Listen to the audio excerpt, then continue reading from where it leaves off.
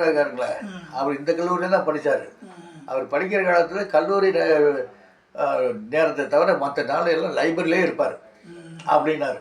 அதாவது ஒரு ஒரு தெம்பை கொடுத்தார். நான் வந்து ஒரு கலெக்டராக ஆக்கணும்னு இவனை படிக்க வச்சேன். அது நம்ம பொருளாதார ஆசிரியரில் முடியல. அவர் எனக்கு சொல்கிறாரு பாருங்க, முதல்ல அந்த இறைமொழியை அவர் சொல்கிறாரு பாருங்க. இப்போ இன்றைக்கி கிட்டத்தட்ட 180 நூல்களுக்கு மேலே அவர் எழுதிட்டார் அவர் புத்தகத்தை. இப்போ சமீபத்தில் கூட தஞ்சையில் கடந்த ஓராண்டு காலம் தான் கலந்து கொண்ட எல்லா நிகழ்வுகளையும் அவர் பேசின உரைகளெல்லாம் தொகுத்து 4 தொகுதியாக ஒரு புத்தகம் அறிமுக விழா நடந்துச்சு தஞ்சையில்.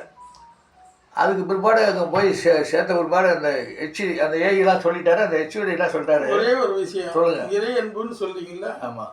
அப்போ வந்து லாங்குடி வேலை பார்க்குறேன். அப்போ வந்து அவர் கலெக்டர் பயிற்சிக்கு கிராம நிர்வாக சம்பந்தமான பயிற்சிக்கு என்கிட்ட போட்டாங்க. அப்போ அந்த ஆக்கிரமணம் எப்படி பண்ணுறது அப்படின்னு பார்க்கணும், எனக்கு சொல்லிக் கொடுக்கணும் அப்படின்னு சொல்லிட்டாரு இறை அன்பு அவர்கள்.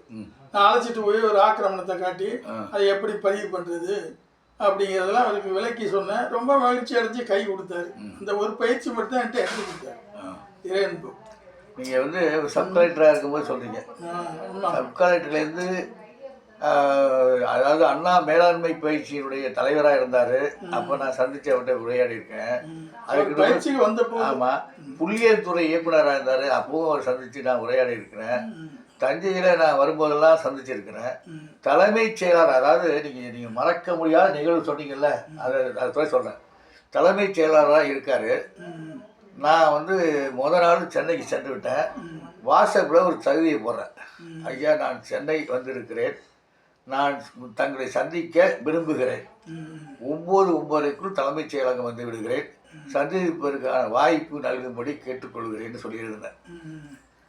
கரெக்டாக 9 மணிக்கு அங்கே போயிட்டான். செக்யூரிட்டி வந்து உங்களுக்கு விசிட்டிங் கார்டு இருக்கா, ஐடி கார்டு இருக்கா, நீங்கள் அவர் கூப்பிட்டாருங்கிறதுக்கு என்ன அத்தாட்சி பார்க்கணுங்கிறீங்களா அப்படிலாம் கேட்குறாங்க.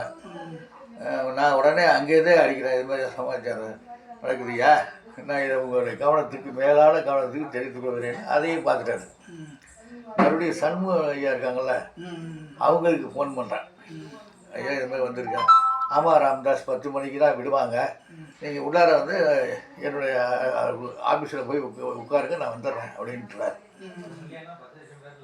போய் ஒரு தோசையை சாப்பிட்டுட்டு வந்து திருப்பி வந்து கேட்டால் வேறு ஒரு போலீஸ்காரர் மறைச்சிக்க விட மாட்டேங்கிறார்.